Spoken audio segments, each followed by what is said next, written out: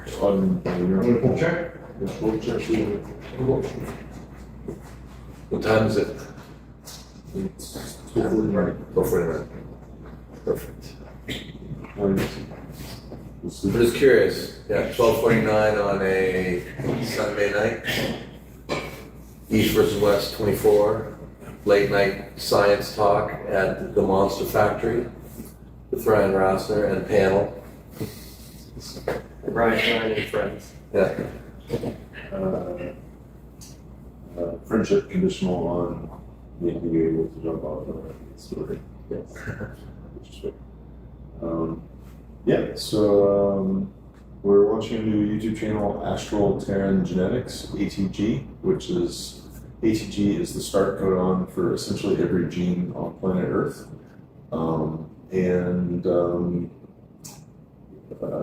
Yes, we have 4 pretty exceptional people here. Lars, I'll let them introduce themselves. My name is Lars Rørbakken. I'm from Norway. I'm doing mostly arm wrestling, but I've done a lot of sports. Strongman, hiking, all kinds of things. You've actually been a high-level cyclist in addition to Strongman? Yeah. I'm Gordon. I only do jiu-jitsu. It's the only game I'm good at in the world, but I'm the best at it in the world. So that's pretty much it for me. I'm Devon Larratt, and I'm just here to support this incredible project. I'm Auden Larratt, and I shit post online sometimes. And I'm Ryan Rouser. I'm a genetics enthusiast, and yeah, just here to talk about science. So We could call him the charlatan scientist. charlatan science. So yeah, just to start things off, just have all 4 of you guys are actually super passionate about science, and so I just have one question for each of you, or a talking point to just start things off. So in no particular order, Lars, we had like an hour-long talk about animal biology. Yeah. I felt like we were both very excited. That's a good one. Yeah. In particular, you were fascinated with salmon's ability to geolocate to an exact rock Yes. that they came from, and through like dark, turbulent water. Can you talk a little bit about this, about your interest in animal biology generally, and also the charitable work you did? We can get to that later, but just can you describe your interest in animal biology a little bit? Yes, I'm mostly interested in the thing we don't understand, right? That's the most interesting part. And salmon, I live by the river, so I learn about they go to opposite side of the world in deep sea. They don't see much, but they never get exactly same spot and back again. And we can't explain how they do it. Yeah.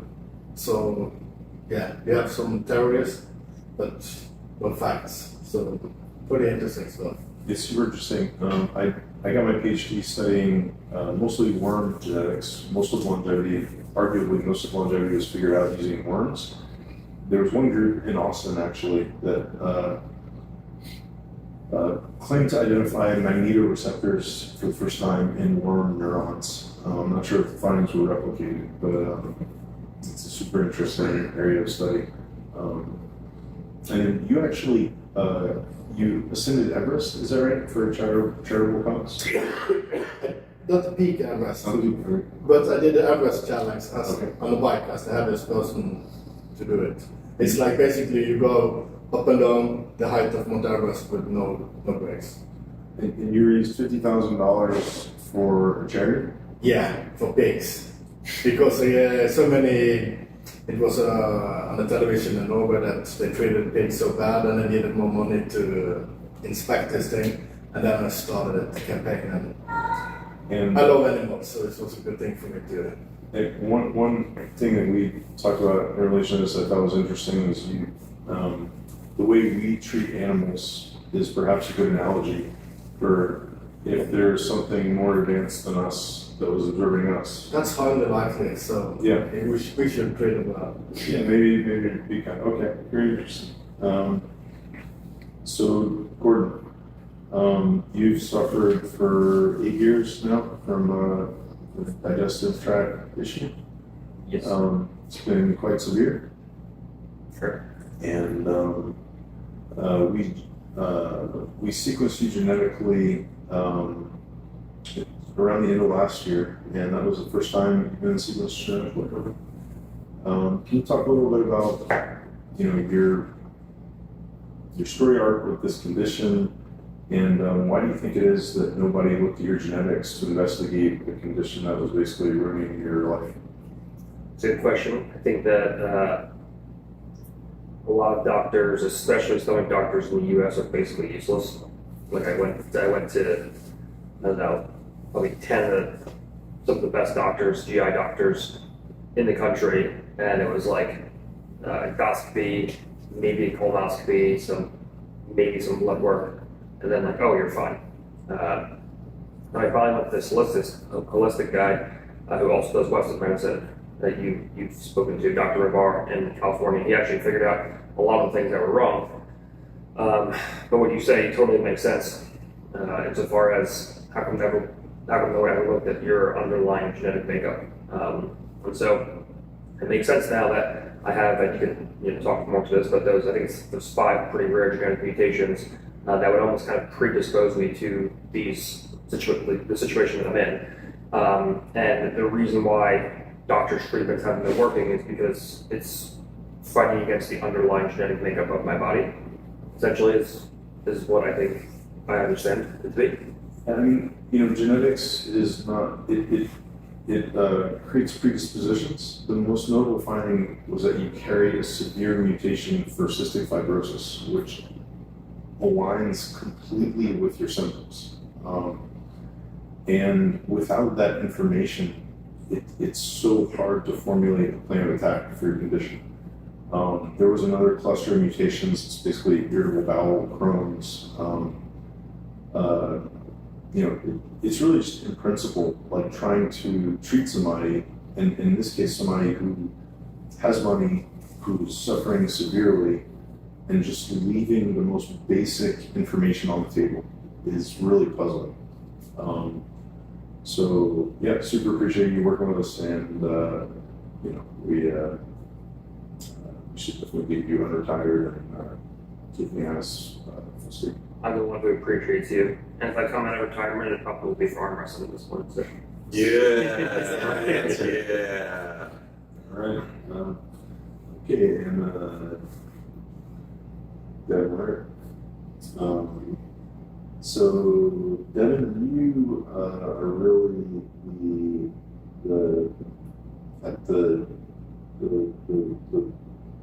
the origin, the genesis of this project. I don't even know how long you were dreaming about this and working on it before we met. We met about 2 years ago, and we very quickly got into this with a very high level of mutual enthusiasm. We've talked about many things over the course of these 2 years, but the one thing I want to start by asking you about tonight is, one time you said to me that war is the biggest driver of innovation. But at this point, especially with the technology we have with the wars that we saw in the 20th century, the cost is too high. The only other thing that can drive innovation similarly is unifying purpose.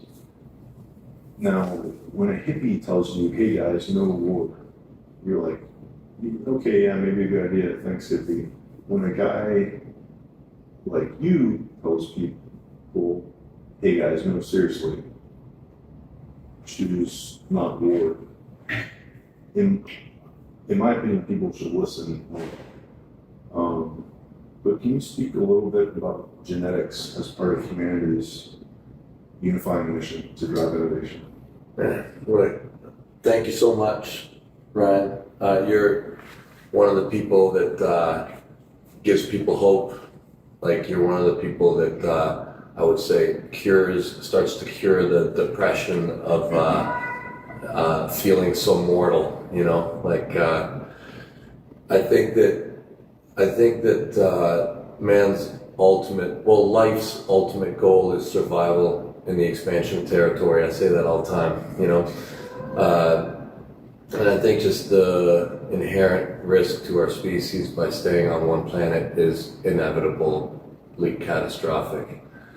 So I just think that we waste so much time and money and effort fighting with each other when there is an inevitable doomsday awaiting for us in a timely fashion. I mean, it's inevitable. So the quicker we can get behind unifying things, like you say, like genetics, so that it increases our likelihood to be able to be this species, and it's, this starts, the conversation starts to get really interesting. But yeah, we need to unify with projects like this so that we can all stay alive.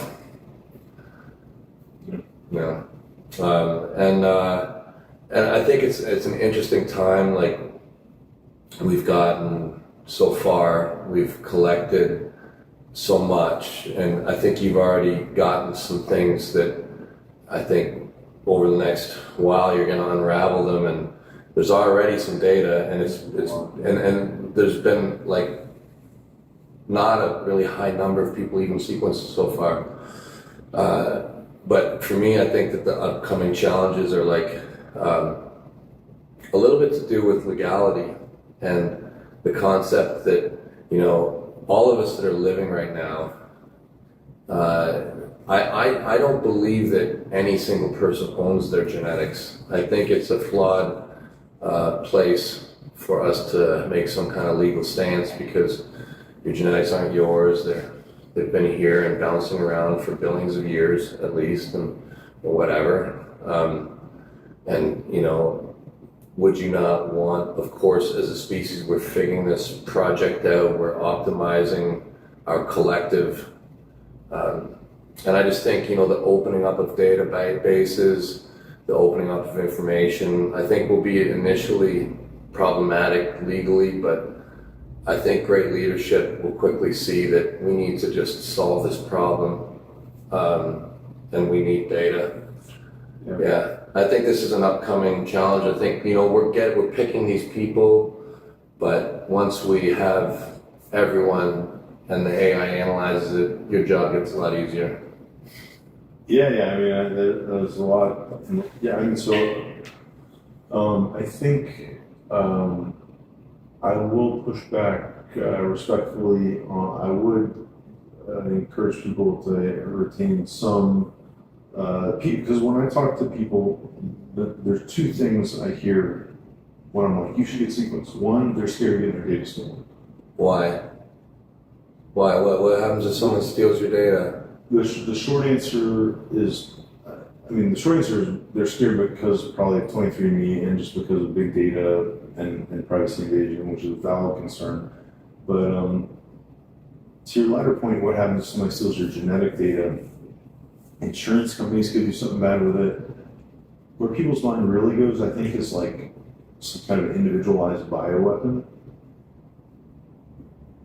I mean, they have bullets, Yeah, exactly. A bullet. They don't cost very much money. A bullet is a universal bioweapon that knives doesn't and require bats. genetic code. Exactly. Sure. It's wonderful that you could do it, and it's impressive. Yeah, I mean, I do think though that so we've worked very hard and been very fortunate to be in a position to build this out in a pretty extraordinary way. I think we do want to, and you can push back too if you want, but I think we should encourage everyone to get sequenced. So right now, 1 in 1,000 people on the planet have been sequenced. This is like criminal negligence. We want to be a spacefaring civilization, and we sequenced the human genome 25 years ago, and we've done 1 in 1,000 people. That's lazy at best. Like that's terrible. So I think everybody should be sequenced. I think people are going to be scared to get their data stolen, and whether there's ultimately validity to that or not, I think we're going to have to work with that to some degree. I think that the greater fear is not, I think that the greater fear is a Gattaca situation, where people get put into slots where they are not happy. Yeah, I think you might be right, actually. And do you mean, I still haven't watched it. Okay, well, Gattaca's an interesting story where it's in the future and everybody gets sequenced, and basically, based off of your genetics, you're just typecast. And the thing is, it's the whole argument of, you know, there's someone without this genetics who wants to be an astronaut, and his resume tells him he can't do it, but he's awesome, and it's the whole spirit versus genetics debate.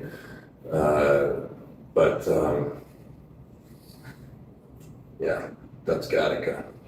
Yeah, I mean, this is the future empowered by genetics is going to happen one way or the other. Right now, it's happening too slowly. It's going to happen though. And one of the questions really is who's going to steer it and how are they going to steer it? Personally, I have a high degree of trust in everybody here. I enjoy working with you because I trust you a lot, and we've driven this to really good places so far. So, yeah, I mean, I would encourage everybody, like, this is your chance to be, you know, big tech. You can get your own data. If somebody wants to steal it from you, they can steal it. It's not that hard.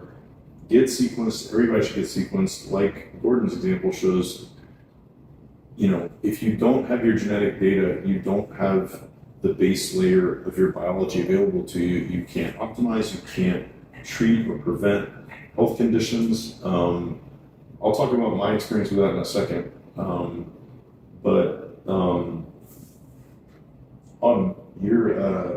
We've talked about science a lot, and you learn science very fast, which is awesome. I have a good teacher. We've talked about Michael Levin's concept of morphospace. Yes, we have. Michael Levin is maybe the smartest biologist in the world right now. He's really caused a paradigm shift to encourage biologists to look at bioelectricity.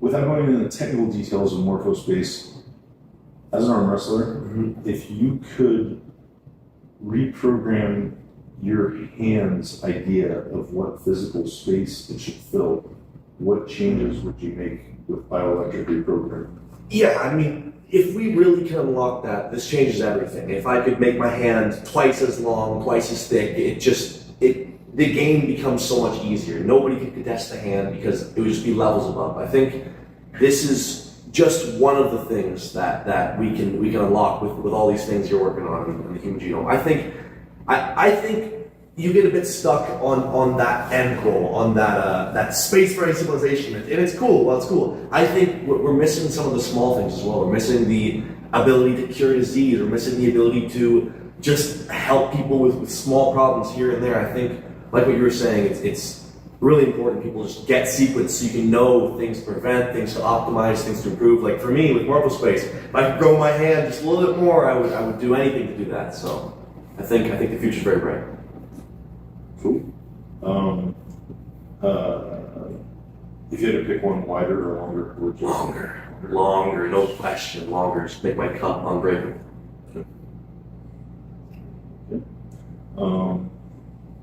So I want to say just one or two things real quickly. I am arguably, in fact, not a charlatan scientist. I have a PhD in the molecular biology of aging, and then I worked for the U.S. Air Force on DARPA Biostasis project, which was basically trying to produce human hibernation to help the wounded soldiers who were awaiting battlefield evacuation by putting their bodies on pause in the absence of a cold chain. Then I taught middle school in a disadvantaged neighborhood in East Austin for a year as a sabbatical. And then I worked at a field leading gene therapy company for a little over 2 years. Now I'm independent and just collaborating with awesome people to do awesome science for awesome reasons. But the reason I got into all this, I actually didn't start science until my late 20s. I'm 44 now. When I was 4, basically the first meaningful memory of my life, my mom got lymphoma. I watched her go through treatment, went to the hospital with her, saw kids dying and stuff, and was never able to shake that. Like, it's been basically a core part of the emotional, the emotional tone of my life is just this having a vendetta against that. It's driven me to ultimately to really good places. Touching on this theme, I am a PhD molecular biologist. My PhD is essentially in, worms are a useful model system because they're the first genome sequenced, and we have genetic libraries from it. Was mostly genetics and biochemistry is what I specialized in. And still, I did not get sequenced until my early 40s. And when I got sequenced, I found out that I have an ultra-rare mutation in complex 2, a nuclear encoded gene in complex 2 by mitochondria, succinate dehydrogenase subunit D, which anchors complex 2 to the membrane. And it's an ultra-rare mutation. I have one copy of the mutation, but that's sufficient to give me a very high probability of getting a ton of tumors on my spine, my head and my neck by the time I reach my late 40s. I'm 44 now. So, I have some investigation to do. It's a very complex ball of wax. It's only on one chromosome. I have to figure out which parent that chromosome is from. There's an imprinting issue with this gene that's, I'm on it, but it highlights that genetics is awesome for giving us the space, for giving us a unifying mission, for understanding, the wonders of nature, for doing super awesome stuff, and also for treating human health. Genetics is the base layer of biology. All other biology flows up from genetics. And so it's one of the crowning achievements of human history. We cracked the code. We can sequence, every human has 3 billion digits of DNA code. We can sequence the entire 3 billion digits that make each of us unique for $200. And 1 in 1,000 people have been sequenced. This is insane. And I'm a PhD geneticist, and I found I have a potentially life-threatening mutation 5 years before it might kick in. Like, what are we doing? We want to be a spacefaring civilization, This is abysmal. We have to do better than this.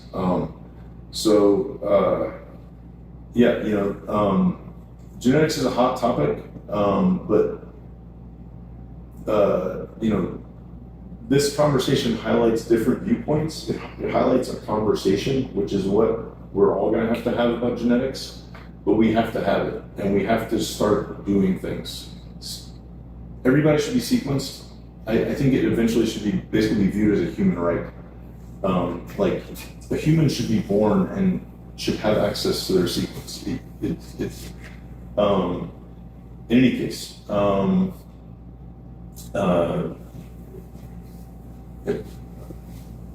so get sequenced, talk about genetics. Does anybody have any other thoughts, questions, or anything before we wrap up? I think it's like you said, it's gonna just start. I think the base application, immediate application, is gonna be general health. Like, you just help so many people who are sick become healthy, who are healthy stay healthy longer, and then based on that, that's how you get everybody interested, and then you build up to now we're looking at space without spacesuits, which is cool. 100%. Humans are not ready for space. We're gonna have to do genetics to do well in space. It's gonna have to happen. Also, I get very excited when science comes on. I'm gonna make sure I temper that and not go off on a tangent, but anybody out there who's arguing about superior genetics, this, that, all of humanity, no human has really good genetics. If you look at any reasonable model of an optimal draft of the human genome, no human on Earth is anywhere close to it. We have 3 billion digits of code. what makes each of us unique, we all have the same 3 billion digits, the same 20,000 genes in the same order. We all have a unique set of 5 million mutations. Most of those mutations are not good. It's much easier to break something than it is to make it better spontaneously. So more or less, we're all in the same boat. And we want to get that boat to space, and we're going to have to make the boat better. Anyway, Lars, did you have a thought? So many good points, yeah. And so all of it is so interesting, like disease, space traveling, enhanced, everything. It's just great conversation. Yeah. Want to learn more. Totally, yeah. Talking with you about animal biology was super exciting. Excited to talk more about it. Yeah. Anybody else? Times, man. Good times. Okay. Well, thanks everybody. Just really appreciate it. And talk to y'all soon.